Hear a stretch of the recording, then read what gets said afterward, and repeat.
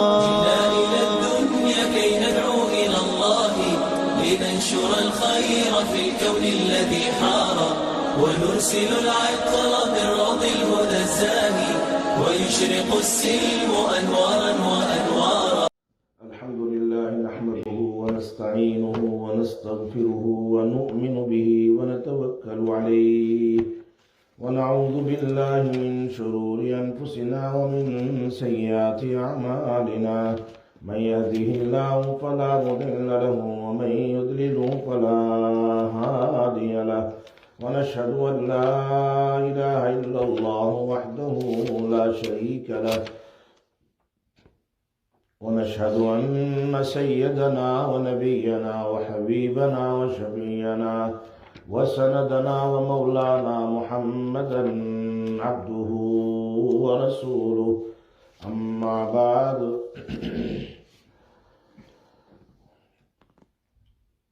وعن أبي هريرة رضي الله تعالى عنه قال قال رسول الله صلى الله عليه وسلم لا تحاسدوا ولا تناجشوا ولا تباغضوا ولا تدابروا ولا يبيع بعضكم على بيع بعض وكونوا عباد الله إخوانا المسلم أخو المسلم لا يظلمه ولا يحقره ولا يخذله التقوى هاهنا ويشير إلى صدره 3 مرات بحسب امرئ من الشر أن يحقر أخاه المسلم كل المسلم على المسلم حرام دمه وماله وعرضه.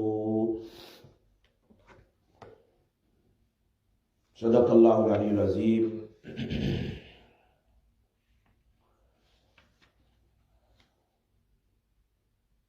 پردہ نشین میری محترمہ مائیں اور بہنیں اور میرے بھائیوں، اور مکسر کے ذریعے سے، ریسیور کے ذریعے سے گھروں میں اور ہر جگہ سننے والے میرے بھائیوں اور میری بہنوں، گزشتہ ہفتے میں حدیث بیان کر رہا تھا نبی اکرم صلی اللہ علیہ وسلم کی. ابو سعید خدری رضی اللہ تعالی عنہ کا فرمان ہے، نبی صلی اللہ علیہ وسلم نے فرمایا من اکل طیبا، جس نے حلال کھانا کھایا، وعمل فی سنہ، اور سنت کے مطابق عمل کیا، اپنی زندگی نبی صلی اللہ علیہ وسلم کے طریقے کے مطابق گزاری، وَأَمِنَ النَّاسُ بَوَائِقَهُ، اور لوگ اس کی طرف سے پہنچنے والی ہر قسم کی ایذائیں تکلیفوں سے حفاظت میں رہے، دخل الجنت، وہ جنت میں داخل ہو جائے گا. جنت میں داخل ہونے کا سب سے آسان فارمولہ اللہ کے نبی صلی اللہ علیہ وسلم نے ہمیں بیان فرمایا. حلال کھانا، سنت کے مطابق زندگی گزارنا، اور اپنے سے کسی کو تکلیف نہ ہو. بہت مختصر ہے. حلال کھاؤ، جتنا ہو سکے حلال کمائی کرو، 2-4 لقمے کھاؤ لیکن حلال کے کھاؤ، اور سنت کے مطابق کوشش کرو ہر میری زندگی سنت کے مطابق ہو. کپڑے پہنو، کپڑے نکالو، جوتے پہنو، جوتے نکالو، گھر میں داخل ہو، گھر سے باہر، باتھ روم میں جاؤ، سونے سے پہلے، سونے کے بعد، کھانے سے پہلے، کھانے کے بعد، نہاتے وقت کیا سنت ہے، یہ ساری سنتیں ہیں. نمازوں سے پہلے سنت، نمازوں کے بعد کی سنت، ان تمام سنتوں کی انشاءاللہ پابندی کریں گے، اور ہماری زبان سے، ہماری ہاتھ سے کسی کو تکلیف نہ ہو. ابو سعید خدری رضی اللہ تعالیٰ بھی عجیب تھے. فرمایا جب یہ بات سنی نا کہ حلال کھاؤ، سنت کے مطابق زندگی گزارو، اور ساتھ ساتھ میں کسی کو تکلیف نہ پہنچاؤ، جنت میں داخل ہو جائیں گے. یہ سن کر مجلس میں موجود ایک شخص نے عرض کیا یا رسول اللہ صلی اللہ علیہ وسلم ان ھذا اليوم فی الناس لکثیر، آج کل تو ایسے بہت سارے لوگ ہیں حلال کھاتے ہیں سنت کے مطابق. ظاہری بات ہے صحابہ کرام ہے تو اس میں تو زیادہ لوگ ہی ہوں گے، وہ تو اکثر ماشاءاللہ حلال کھانے والے اور سنت کے مطابق ان کی زندگی سنت پر مر مٹنے والے، کسی کو تکلیف نہ پہنچانے والے، تو پھر کیا مطلب ہے اس صحابی کے پوچھنے کا؟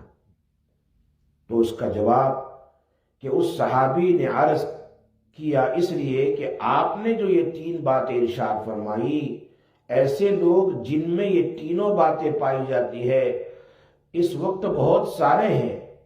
نبی صلی اللہ علیہ وسلم نے اس کے جواب میں فرمایا سَيَكُونُ فِي قُرُونٍ بَعْدِي، بعد والے زمانے میں بھی ایسے بہت سارے ہوں گے کہ جو حلال کھاتے ہوں گے، سنت کے مطابق زندگی گزارتے ہوں گے۔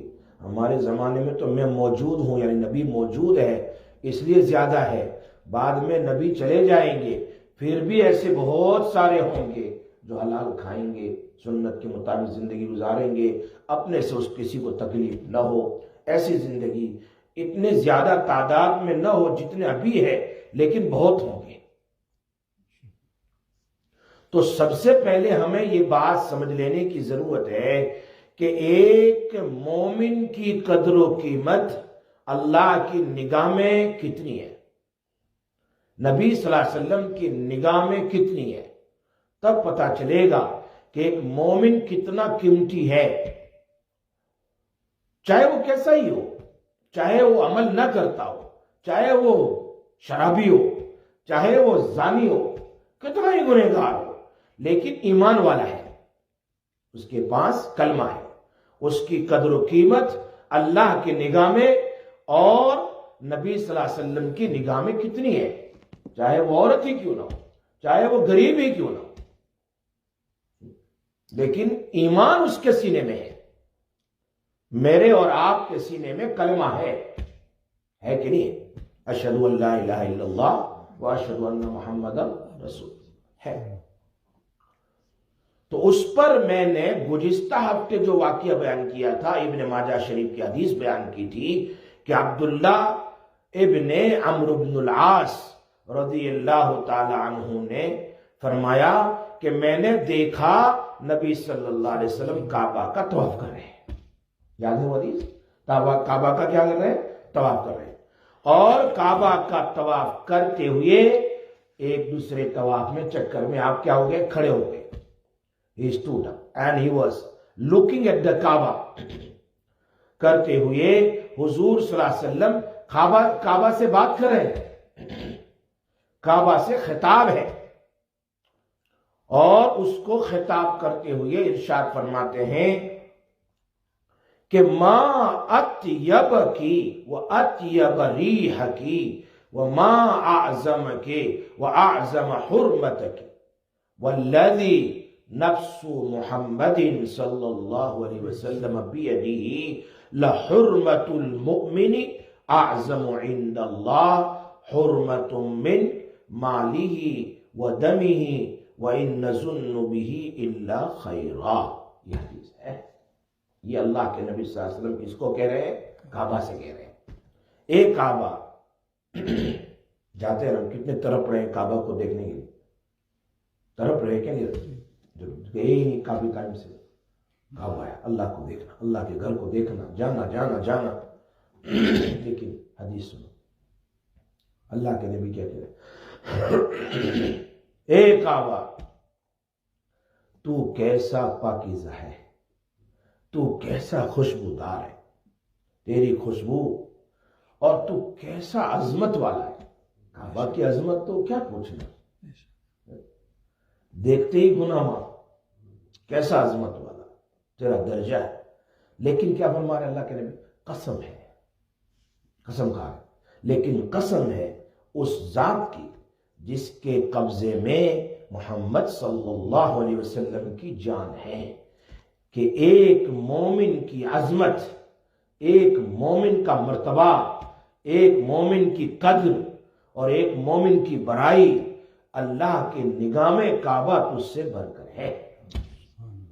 یہ حدیث ابن ماجہ شریف کی ہے۔ ایمان کی وجہ سے، کس کی وجہ سے؟ ایمان کی وجہ سے۔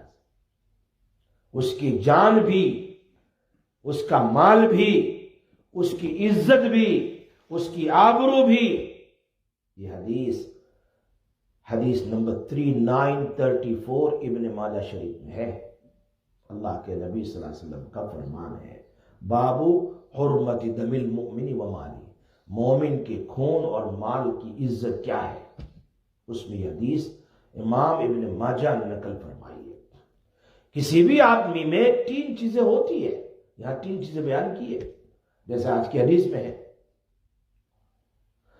دم ہو، مال ہو، عرض ہو۔ ایک اس کی باڈی ہے، ایک اس کی جان ہے۔ اگر کوئی آدمی مارے، پٹائی کرے، کوئی ایسا طریقہ اختیار کرے جس کی وجہ سے اس کو تکلیف پہنچے، تو گویا ہم نے اس کی جان میں خلل ڈالا، اس کی جان کی ہم نے حرمت کو توڑا۔ مومن ہے یا عورت یا مرد ہے، اس کو مارا تو اس کو تکلیف پہنچی نا، اس کی جان کو تکلیف پہنچی۔ دوسری چیز اس کی عزت ہے۔ ہر آدمی کی عزت ہوتی ہے، ہر آدمی کا اپنا وقار ہوتا ہے۔ کوئی ایسا طریقہ کسی نے اختیار کیا جیسے آج کل کرتے ہیں بدنام کرنے کے لیے، جس کی وجہ سے اس کی عزت اور اس کی آبرو کو زخمی کیا کہ فلانی تو ایسی ہے، کبھی واٹس ایپ کے ذریعے، کبھی میسیجز کے ذریعے، کبھی بول کر، کبھی لوگوں کے سامنے، کبھی مجمع میں، فلانی تو ایسی ہے، فلانا تو ایسا ہے، اور اس پر کوئی تہمت لگا دی یا اس کی غیبت کر دی اور اس کی کوئی برائی بیان کر دی، اس کو بدنام کر دیا۔ یہ اس کی عزت پر حملہ کیا۔ جس پر حملہ کیا؟ اللہ کے نبی کہہ رہے ہیں، ایک تو اس کی جان پر حملہ کیا، مار دیا۔ نمبر 2، کسی کی عزت پر، اور کسی کی بچی کے بارے میں بولنا، کسی کے بچے کے بارے میں بولنا، وہ بھی تو اس کے ماں باپ کو بدنام کرنا ہے، وہ بھی اس میں داخل ہے۔ اور تیسری چیز اس کا مال ہے، تیسری چیز اس کا مال ہے، جس کو آپ سب جانتے ہی ہے کہ اس کی حرمت کو پامال کرنا، اس کے مال کو لے لینا یا اس کے مال کو واپس نہ کرنا، اس کی پراپرٹی کو لے لینا وغیرہ وغیرہ، کسی کا قرض لیا واپس نہ کرنا، بہت ساری چیزیں اس میں داخل۔ یہ 3 چیز جس کو کہتے ہیں جان، مال، آبرو۔ جان، مال، آبرو۔ اس لیے ہم دعا کرتے ہیں اللہ ہماری جان، مال، آبرو، عزت کی حفاظت فرما۔ یہ ان تینوں چیزوں کے متعلق نبی صلی اللہ علیہ وسلم فرما رہے ہیں کعبۃ اللہ کو کہتے ہوئے کہ تیری حرمت کے مقابلے میں، تیری عظمت کے مقابلے میں، تیرے مرتبے کے مقابلے میں مومن کی جان، مومن کا مال اور مومن کی عزت اللہ کی نگاہ میں زیادہ ہے، کعبۃ اللہ سے زیادہ ہے۔ بخاری شریف میں حدیث ہے، حجۃ الوداع میں نبی اکرم صلی اللہ علیہ وسلم نے قربانی کے دن میں، جب ہم جاتے ہیں نا عرفات کے بعد مزدلفہ، اور مزدلفہ کے بعد اللہ پاک ہم سب کو بار بار لے جائے، حج کے لیے بھی، عمرہ کے لیے بھی۔ امام بخاری اس روایت کو نقل کرتے ہیں۔ نبی صلی اللہ علیہ وسلم نے صحابہ کرام سے ایک سوال کیا، ایو شہر ھذا، یہ کون سا مہینہ ہے؟ ظاہری بات ہے، جواب صحابی نے کہا اللہ و رسول عالم، جانتے تھے کہ وہ حج کا مہینہ تو سب کو پتا ہے، ذی الحجہ کا مہینہ ہے، لیکن صحابہ تھے نا، they want to know more from نبی صلی اللہ علیہ وسلم۔ اگر میں جواب دے دوں تو چل اس کو پتا ہے، لیکن اللہ و رسول عالم، صحابہ نے کہا اللہ اور اس کا رسول جانتا ہے، ہمیں پتا نہیں۔ جب ایسا کوئی سوال نبی صلی اللہ علیہ وسلم کی طرف سے کیا جاتا تو حضرات صحابہ عام طور پر یہی کہتے تھے، اللہ اور اس کا رسول صلی اللہ علیہ وسلم جانتا ہے۔ یہ سن کر نبی صلی اللہ علیہ وسلم خاموش ہوئے، اتنے خاموش ہوئے کہ ہمیں یوں ایسا ہونے لگا کہ آپ اس مہینے کا نام بدلنے والے ہیں، کیونکہ نام تو سب کو پتا ہے لیکن ہم نے کہا ہمیں پتا ہی نہیں ہے، اللہ کو نبی کو معلوم ہے۔ تو آپ ایسا لگا خاموش ہو گئے تھوڑی دیر کے لیے۔ یہ کہاں ہو رہا ہے؟ وہاں مینا میں، یہ تیسرے دن، حج کے دن۔ سب کو پتا تھا 1,24,000 صحابہ کرام وہاں موجود ہیں، آخری حج ہے، آپ صلی اللہ علیہ وسلم کی حجۃ الوداع ہے، فائنل آ جائے. لیکن تھوڑی دیر کے بعد خاموشی کے بعد پوچھا الیس ذی الحجہ، کیا یہ حج کا مہینہ نہیں ہے؟ نبی صلی اللہ علیہ وسلم نے سوال کیا تو خود نبی صلی اللہ علیہ وسلم نے ہی نام لیا یہ تو حج کا مہینہ ہے. تو حضرات صحابہ کرام نے فرمایا جی حج کا مہینہ ہے. تب کہا، اس کے بعد دوسرا سوال کیا ایو بلد ھذا، یہ کون سا شہر ہے؟ اب یہ مکہ مکرمہ ہے، مینا میں اس زمانے میں تو مینا مکہ کی مکہ ہے، مینا میں یہ خطبہ ہو رہا تھا. صحابہ نے اپنی عادت کے مطابق کہا اللہ و رسولہ اعلم، اللہ رسول کو پتہ ہے، ہمیں پتہ نہیں ہے. رابی کہتے ہیں آپ صلی اللہ علیہ وسلم ہمارا جواب سن کر ایک دم خاموش ہو گئے، بہت دیر تک خاموش رہے. حتی ظننا انہ سیسمیہ بغیر اسمہ، اتنا خاموش رہے کہ ہمیں لگا کہ آپ صلی اللہ علیہ وسلم اس شہر کا نام بھی بدل دیں گے، نوم مکہ مکرمہ، نوم مینا. اتنا خاموش رہے آپ. پھر نبی صلی اللہ علیہ وسلم نے سر اٹھایا اور فرمایا الیس البلد، کیا یہ بلدہ نہیں ہے؟ بلدہ کے معنی قرآن میں ہے نا، لقد خلقنا الانسان، کیا کہتے ہیں، والتین والزیتون وطور سینین وہذا البلد. یہ مکہ مکرمہ نہیں ہے؟ یعنی مکہ مکرمہ کے بہت سارے نام ہیں، آپ نے بلدہ کہا اس کو، کہ یہ بلدہ نہیں ہے؟ قرآن پاک میں اس کا ذکر ہے. اس لیے صحابہ کرام نے تو آپ نے فرمایا الیس البلدہ، کہ یہ مکہ مکرمہ نہیں ہے؟ تو ہم نے کہا بلا ضرور، کیوں نہیں یہ. پھر آپ نے تیسرا سوال کیا فَأَيُّ يَوْمٍ ھَذَا، میں اس لیے آپ کو سمجھا رہا ہوں یہ حدیث بخاری شریف میں ہے کہ انسان کیا ہے اور ہم انسان کو کیا سمجھتے ہیں، ایمان والا کون ہے. تیسرا سوال فَأَيُّ يَوْمٍ ھَذَا، بتاؤ آج کا دن کون سا ہے. سب کو پتا ہوتا ہے کہ ہم مینا میں ہیں یا مزدلفہ میں ہیں یا عرفات میں ہیں. تو صحابہ کرام نے پھر جواب دیا اللہ و رسولہ اعلم، اللہ رسول کو پتا ہے. حالانکہ یہ 10ویں ذی الحجہ ہے، یوم النحر ہے، آج تو قربانی کرنا ہے، زیادہ خوشی ہے کہ آج تو احرام بھی کھلے گا. آج تیسرا دن تو سب سے قیمتی دن ہوتا ہے، یوم النحر ہے، اور صحابہ کرام کے سامنے بالکل صاف ہے کہ آج کون سا دن ہے. لیکن پھر بھی صحابہ کرام نے یوں کہا اللہ و رسولہ اعلم. یہ جواب سن کر نبی صلی اللہ علیہ وسلم خاموش ہو گئے. پھر تھوڑی دیر کے بعد کتنی خوشی ہو گئی، میرے صحابہ کو دیکھو،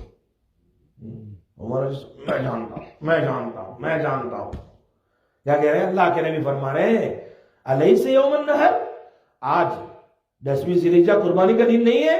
صحابہ نے کہا بلا ضرور، ہاں کیوں نہیں.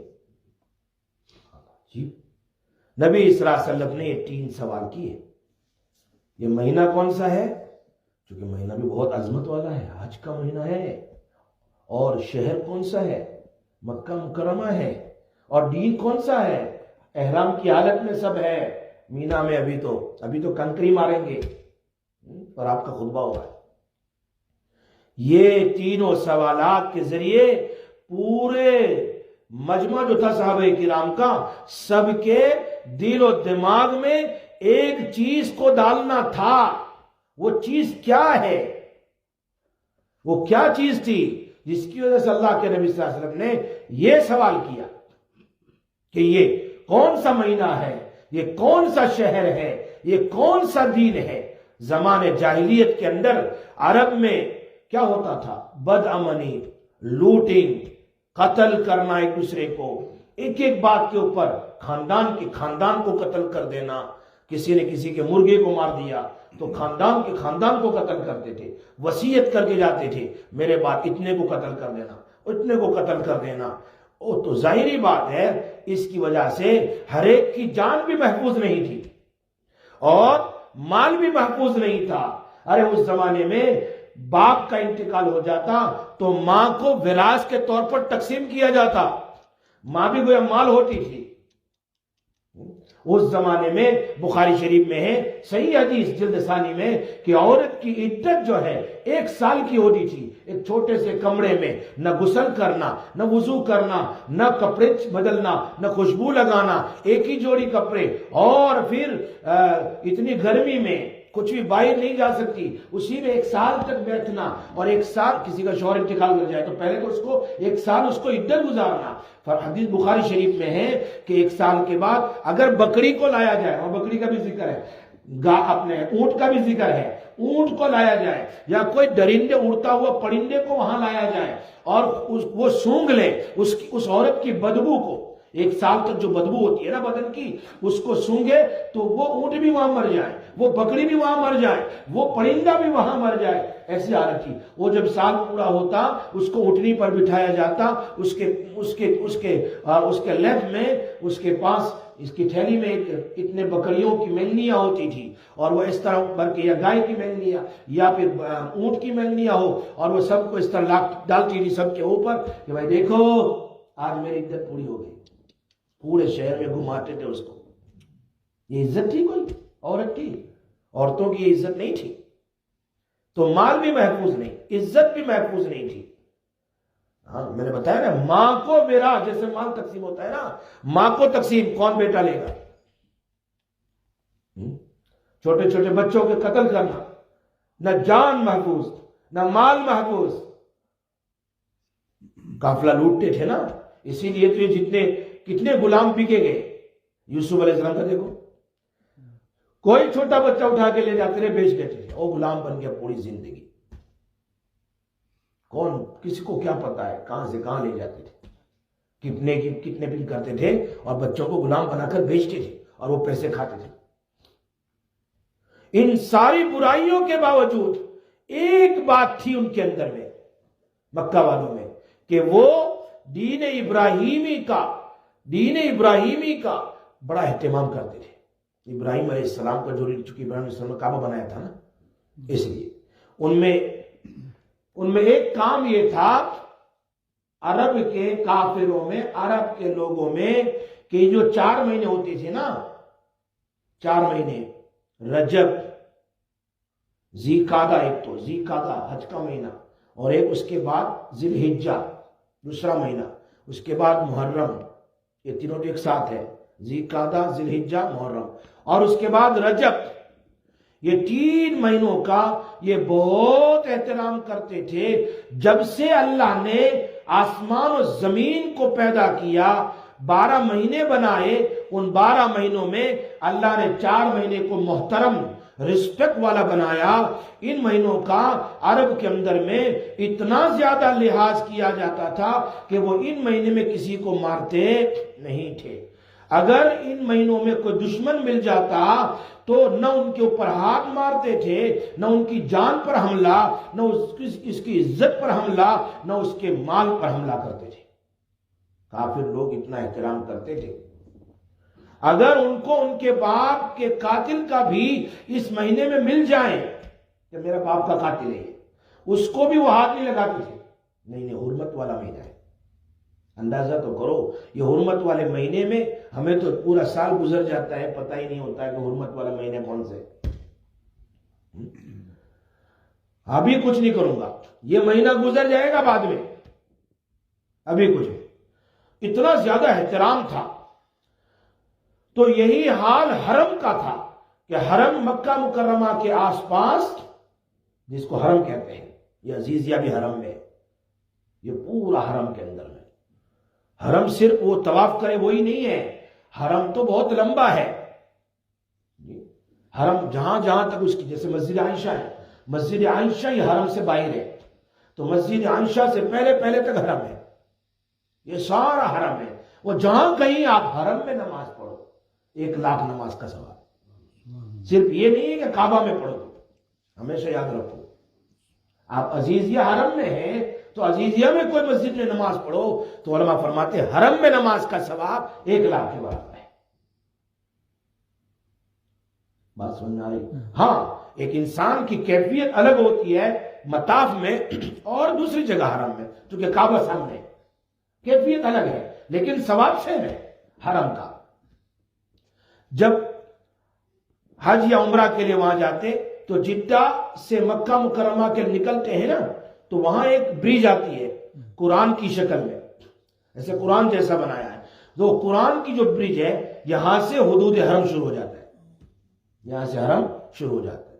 اب وہاں سے آپ ایک بار سبحان اللہ پڑھو تو 1,00,000 کے برابر، وہاں ایک بار درود شریف پڑھو تو 1,00,000 درود کے برابر۔ ابھی حرم شروع ہو گیا، اب وہاں ایک گناہ کرو 1,00,000 گناہ کے برابر۔ یہ چیز ہے۔ وہاں جب ہم جدہ سے جاتے ہیں نا ٹیکسی میں مکہ مکرمہ، تو وہ برج آتی ہے جہاں قرآن جیسا بنایا ہے، قرآن جیسی وہ اس کی برج بنائی ہے، وہ باقاعدہ نشانات وہاں لگے ہوئے ہیں۔ راستے میں محراب نما کمان وہاں ہوتی ہے کہ وہاں ایسے قرآن جیسا رحل بنایا ہے، بھائی حرم آ گیا، قرآن کا حکم آ گیا۔ اب یہ علاقہ ہے حرم کا، ایک تو حرم مسجد حرام اور ایک ہے مسجد حرام کے علاوہ ایک بہت بڑا رقبہ ہے، یہ سارا کے سارا حرم میں داخل ہے۔ اس پورے حرم میں کافر کسی کو مارتے نہیں تھے، اپنے باپ کے قاتل کو بھی نہیں مارتے، خالی میں مکہ کی بات نہیں کر رہا ہوں، پورے حرم میں کتنے نصیب والے ہوں گے جو حرم میں رہتے ہیں، ان کی ایک ایک نماز 1,00,000 کے برابر ہے۔ اچھا، میں تمہیں اس کو سمجھا رہا ہوں کہ 3 سوال کیے ہیں اللہ کے نبی صلی اللہ علیہ وسلم کہ یہ مہینہ کون سا ہے، وہ بھی حرمت والا، یہ شہر بھی حرمت والا، اور حج کے دن احرام کی حالت میں تو 10ویں ذی الحجہ کے دن کا بھی بڑا احترام کرتے تھے۔ اس دن بھی وہ کسی کی جان مال آبرو عزت پر حملہ نہیں کرتے تھے۔ یہ 3 حرمتیں نبی صلی اللہ علیہ وسلم کے نے فرمایا بہت زمانے سے چلی آ رہی ہے، پہلے زمانے سے آدم ابراہیم علیہ السلام سے، جب سے اللہ نے یہ مہینہ قرآن میں بیان فرمایا کہ اسلام کے 12 مہینے ہیں، تب سے یہ چلا آ رہا ہے۔ اب اتنا بڑا صحابہ کرام کا مجمع تھا، اس میں نبی صلی اللہ علیہ وسلم نے یہ سوال کیا، بتاؤ یہ مہینہ کون سا ہے، بتاؤ یہ شہر کون سا ہے، بتاؤ یہ دین کون سا ہے۔ اب اس کے بعد نبی صلی اللہ علیہ وسلم آگے جواب دے رہے ہیں، جب سمجھ میں آ گیا تو فرمایا قیامت تک کے لیے ایک اصول میں آج اللہ کے نبی کہتے ہیں بیان کر دیتا ہوں، قیامت تک یہ میرا حکم باقی رہے گا۔ وہ کیا حکم ہے؟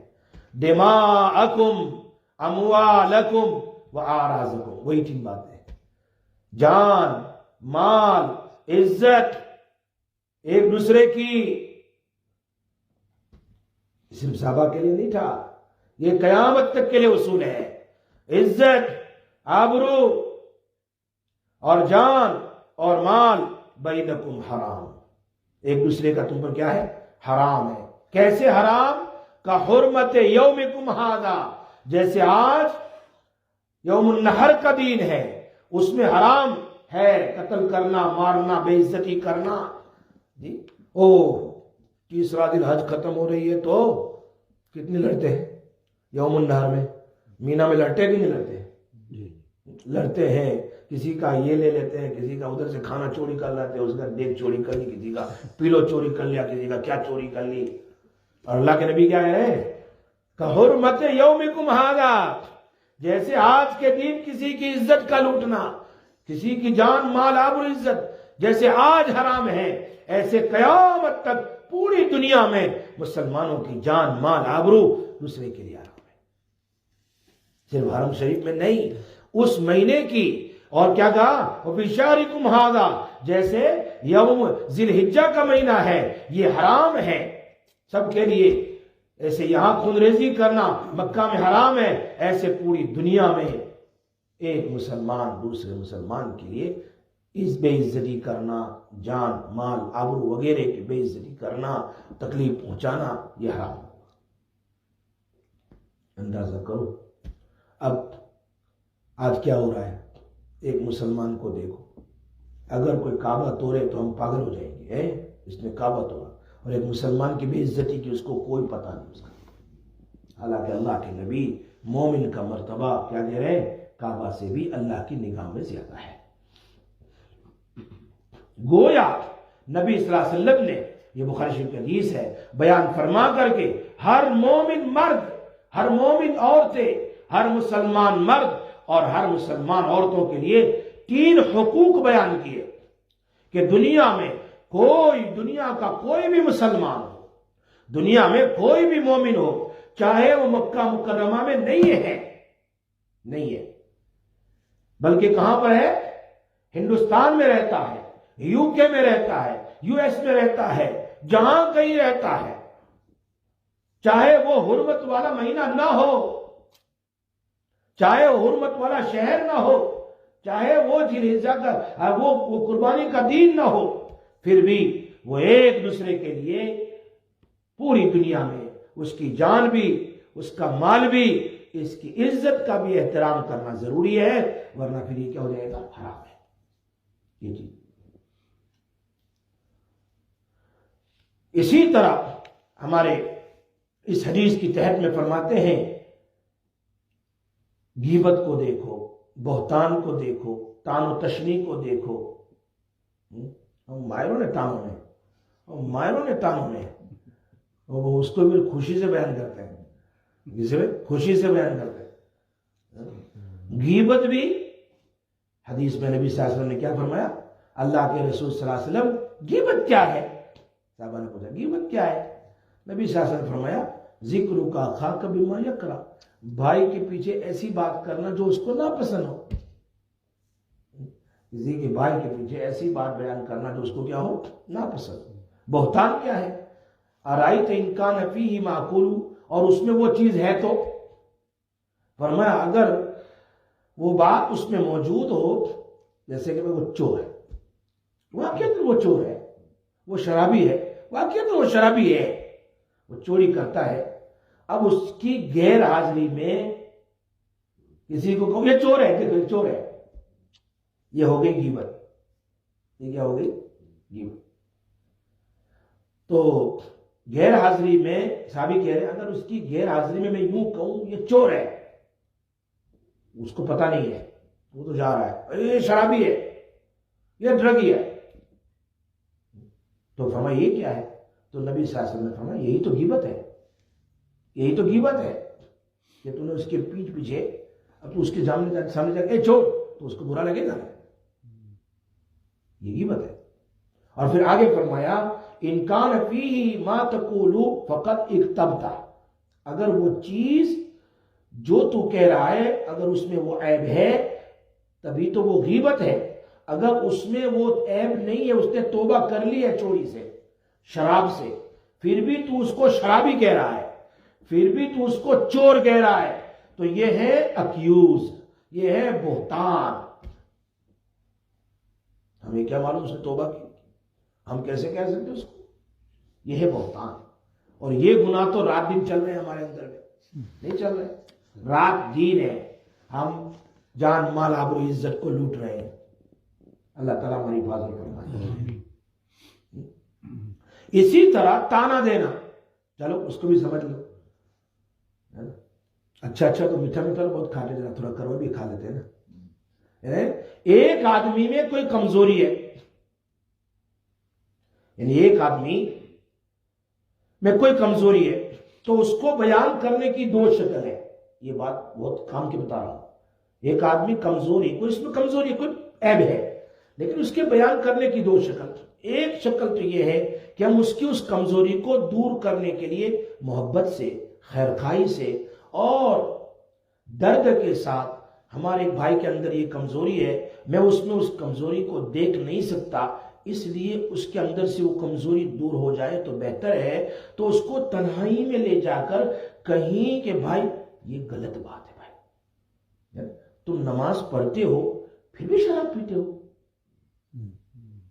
اس کو تنہائی میں لے جا کر سمجھو، جیسے ہمارے تبلیغی بھائی کرتے ہیں نا، بس اس کو تنہائی میں لے جاؤ کہ تم یہ کام تم کر تو اچھا ہے، یہ کرتے ہو، آپ کو ایسا نہیں کرنا چاہیے، اللہ تعالیٰ آپ کو جنت میں لے جائے اگر یہ چھوڑ دیں گے۔ یعنی اس کو ایک ہمدردی کے ساتھ، تبلیغ کی نیت سے، اچھے انداز میں، یہ بہن یہ کام کر رہی ہے نا، تو اچھی حاجیانی ہے، تو فلاں ہے ماشاءاللہ، پھر بھی تو یہ کر رہی، یہ مناسب نہیں ہے تیرے لیے، اس طرح کے یہ ایک کمزوری دور کرنے کا ایک طریقہ ہے.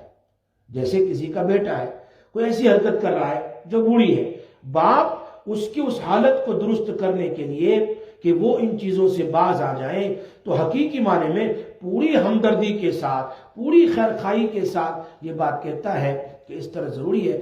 اسی طرح ہمیں بھی اپنے ایک مسلمان بھائی کو اپنے بیٹے یا اپنا بھائی یا اپنا کوئی رشتہ دار سمجھ کر کے اس کی کمزوری کو دور کرنے کے لیے محبت کے ساتھ ہم اس کو کہیں تو یہ تو کوئی پرابلم نہیں ہے، یہ تو ہونا چاہیے. دوسرا طریقہ یہ ہے کہ ہم اس کو کہیں ہاں مجھے معلوم ہے تو کیسا ہے، ہاں مجھے پتا ہے تو کیسا ہے، کہتے ہیں نا ہاں مجھے پتا ہے، دور سے ہی کہتے اس کو. یہ ہے طعن و تشنیع. یہ طعن و تشنیع کی شرح کر دی میں نے. غیبت کی بھی شرح کر دی کہ ایک آدمی چور ہے، اس کو اس کی پیٹھ پیچھے چور کہنا یہ غیبت ہے. اور اگر وہ چور نہیں ہے پھر بھی اس کو چور کہا، یہ ہو گئی بہتان. اور ایک آدمی کو سب کے سامنے یا اکیلے میں اس کو اس کے اوپر جو کمزوری ہے اس کا تانا دینا کہ مجھے پتا ہے تو ایسا ہے، یہ تانا ہے. اب ہوتا کیا ہے، ہم جب کسی کو روکا جاتا ہے اور کہا جاتا ہے کہ بھائی یہ تو غیبت ہے، تو وہ کہتا مولوی صاحب میں تو اس کے منہ کے سامنے بھی کہہ سکتا ہوں. کیا کہتا ہے؟ میں تو اس کے منہ کے سامنے بھی کہہ سکتا ہوں، یہ تو اور بھی زیادہ برا ہوا. کہا نہیں ہے تو نے، لیکن تو دادا گیری کر رہا ہے. تو ہے چوڑی اور اوپر سے سینہ زوڑی. اسی لیے مفتی محمود صاحب گنگوہی رحمت اللہ علیہ فرماتے ہیں جب کوئی غیبت کرتا ہے، ہمارے عورتوں میں ہوتا ہے وہ تو منہ پر بھی کہہ دے، وہ تو منہ پر بھی کہہ دے، جا کر کہہ لے پہلے، کہتی کیوں نہیں. ماحول کو بنانا بہت ضروری ہے، اس لیے کہ الغیبۃ اشد من الزنا، زنا سے بھی بدتر ہے. زنا کرے تو عورت کو کیا سمجھتے ہیں؟ طلاق دیتے فوراً. زنا کرتی پکڑی گئی تو طلاق دے دو اس کو. یا غیبت کرتی تو کچھ نہیں کہتے. اس لیے کیا کریں، جب کوئی غیبت کرتا ہے ہم اس کو روکتے ہیں تو وہ کہتا ہے میں تو یہ بات اس کے منہ کے سامنے بھی کہتا ہوں. تو یہ جملہ کہہ کر یہ جتلانا اور ثابت کرنا چاہتا ہے یہ جو میں کہہ رہا ہوں وہ مجھے کہنے کا حق ہے. ایک چیز جس کو شریعت نے حرام قرار دیا اس کو یہ حلال کر رہا ہے. غیبت حرام ہے، اس کو یہ کیا کر رہا ہے؟ حلال کر رہا ہے. یہ تو کفر کی بات کر دی اس نے. بہت آسان ہے اور میں تو منہ پر بھی کہہ سکتا ہوں. یہ اصل میں اللہ نے جو غیبت کو حرام کیا، قرآن کی آیت ہے، اس کفر کے اوپر، یہ اس غیبت کے اوپر سے سینہ زوری کہہ کر کافر تک پہنچ گیا. یہ چیز ہے. یہ کون کہہ رہے ہیں؟ مفتی محمود صاحب گنگوہی رحمت اللہ علیہ کہ غیبت اپنی جگہ بڑا کبیرہ گناہ ہے، زنا سے بھی بدتر ہے، لیکن اس کے لیے اس طرح کی بات کرنا یہ تو کفر تک پہنچانے والی بات ہے. اور یہ بات فتاوی شامی میں مسئلہ بھی بیان کر دوں. چلو، فتاوی شامی احناف کی فتاوی کی سب سے بڑی کتاب ہے، اس کے بغیر فتاوی نہیں دیا جاتا. اس میں لکھا ہے کہ سامنے کہنے میں بھی دو طریقے ہیں. اگر یہ کہ میں تو سامنے بھی کہہ سکتا ہوں، تو سامنے کہنے میں بھی دو طریقے ہیں. اگر سامنے کہنے میں بھی آپ کی غرض اس کے دل کو تکلیف پہنچانا ہے، خیر خواہی مقصود نہیں ہے، بلکہ ایسا کہہ کر کے کہ ان کو لوگوں کے سامنے ذلیل کرے، یہ ایسا ہے تو ذرا منہ کے سامنے کہتا ہوں، ذلیل کرنا مقصود ہے، تو یہ طعن و تشنیع کے زمرے میں داخل ہوگا. خیر خواہی کی نیت سے کریں گے تو شریعت اس کی اجازت دیتی ہے سامنے بھی. تو میں عرض کر رہا تھا کہ کمزوریاں اس کے اندر ہیں، شریعت اس کو بیان کرنے کی بھی اجازت نہیں دیتی. کمزوریوں کو بھی اس کی غیبوبت میں، وہ غائب ہے، اس کی غیبوبت میں اس کی کمزوری بھی شریعت بیان کرنے کی کسی کے سامنے اجازت نہیں دیتی. نہ ان لوگوں کے سامنے اس انداز سے جس میں یہ خیر خواہی بھی نہ ہو، اس انداز سے بھی بیان کرنے کا حکم شریعت نہیں دیتی. تو پھر اندازہ لگا سکتے ہیں کہ ایک مسلمان کی عزت اور آبرو کتنی بڑی چیز ہے. وہ چور ہے، اس کو چور کہنا کسی کے سامنے شریعت اس کی اجازت نہیں دیتی. شریعت کہ اس کے پیٹ پیچھے تم نے اس کی غیبت کی، شریعت اس کی اجازت نہیں دیتی. تو پھر اندازہ کرو کہ اس کی مال کو اور اس کی جان کو اور اس کی عزت کو گرانا یہ کتنا بڑا گناہ ہوگا. جس کا اندازہ یہ وقت ختم ہو گیا ہے. ہمیں آج کے سبق میں یہی سبق مل رہا ہے کہ ہم لوگ انشاءاللہ پھر اس بات کو مزید تفصیل کے ساتھ بیان کریں گے. بہت کام کی باتیں ہیں ذرا سمجھتے ہیں. جیسے آج کل ہمارے ماحول میں یہ بات بہت پھیل رہی ہے. میٹھا میٹھا تو سب کھا رہے ہیں بیانوں میں، لیکن ذرا تھوڑی کڑوی بات بھی سامنے آ جائے نا تو بات کی پتہ چلے کہ ہم نمازیں سب کچھ پڑھتے ہیں لیکن اپنی نمازوں کا غیبت اور بہتان اور طعن و تشنیع سے سارے نیکیوں کو ختم کر دیتے ہیں. اسی لیے آج کے سبق میں اللہ کے نبی صلی اللہ علیہ وسلم کی یہی بات مسلم شریف کی حدیث ہے، لا تحاسدوا ولا تناجشوا ولا تباغضوا. ترجمہ کر دیتا ہوں. فرماتے ہیں نبی صلی اللہ علیہ وسلم، حسد نہ کرو آپس میں اور دھوکہ نہ دو خرید و فروخت میں کسی کو. اور آگے فرمایا کسی کے ساتھ ہیٹرت بغض نہ رکھو. پھر آگے فرمایا نہ ایک دوسرے سے روگردانی نہ کرو. کوئی سلام کرے تو اس کے سلام کا جواب دو. کسی کے سودے پر سودا نہ کرو. ایک سودے پر سودے کا مطلب ایک آدمی نے یہ مکان خریدنا ہے، آپ نے کہا نہیں میں 5,000 زیادہ دے دیتا ہوں، اس کو نہ دے مجھے دے دے. سودے پر سودا نہ کرو. ایک لڑکے نے منگنی ڈالی ہے کسی لڑکی کے ساتھ اور دوسرا جم کرے کہ نہیں وہاں نہیں کرو ہمارے ساتھ کرو. یہ سودا پر سودا نہ کرنا. یہ مراد ہے کہ آپس میں اللہ کے بندے تم بھائی بھائی بن جاؤ. اللہ کے نبی کہہ رہے مسلمان کا بھائی ہے. نہ اپنے بھائی پر ظلم کرو، نہ اس کو لوور جانو اور نہ اس کی مدد کو چھوڑو. اس کو جب ضرورت پڑے تو اس کی مدد کرو. تقویٰ یہاں ہے، تقویٰ یہاں ہے، تقویٰ دل میں ہے.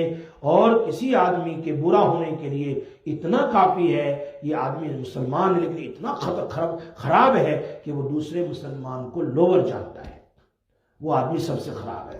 اور ایک مسلمان کی تمام چیزیں دوسرے مسلمان کے لیے حرام ہے. اس کا خون بھی حرام، اس کا مال بھی حرام، اس کی عزت بھی حرام ہے. اس حدیث پر میں نے آپ کو پون گھنٹہ تفسیر کی ہے اسی 3 لفظ پر، جان، مال اور عزت.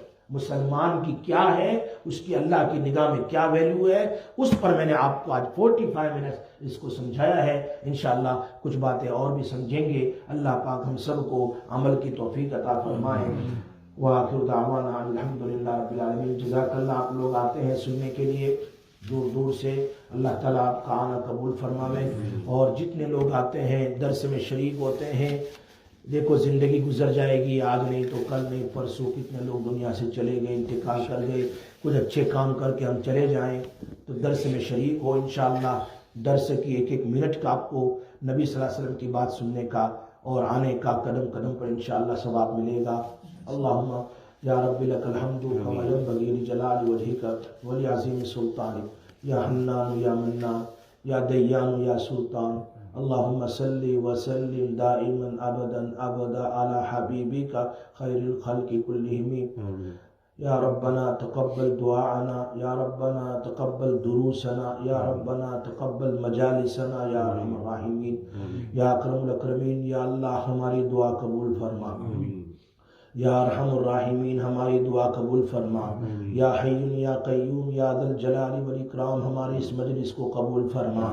یا حی یا قیوم یا ذا الجلال والاکرام یا ارحم الراحمین ہمارے اس دروس کو قبول فرما، ہمارے درس کو قبول فرما، درس حدیث کو قبول فرما. اور درس حدیث میں شامل ہونے والے جتنے لوگ ہیں جہاں کہیں اللہ سب کو قبول فرما. اے اللہ سب کو قبول فرما. نبی اکرم صلی اللہ علیہ وسلم کی دعا میں ہمیں شامل فرما. رسول پاک صلی اللہ علیہ وسلم نے بیان فرمایا جو میری حدیث کو سننے کے لیے جمع ہو اور میری حدیث کو سنے، اے اللہ تو ان کے چہرے کو اور ان کے دل کو تر و تازہ کر دے. یا اللہ نبی اکرم صلی اللہ علیہ وسلم کی دعا میں ہمیں شامل حال فرما.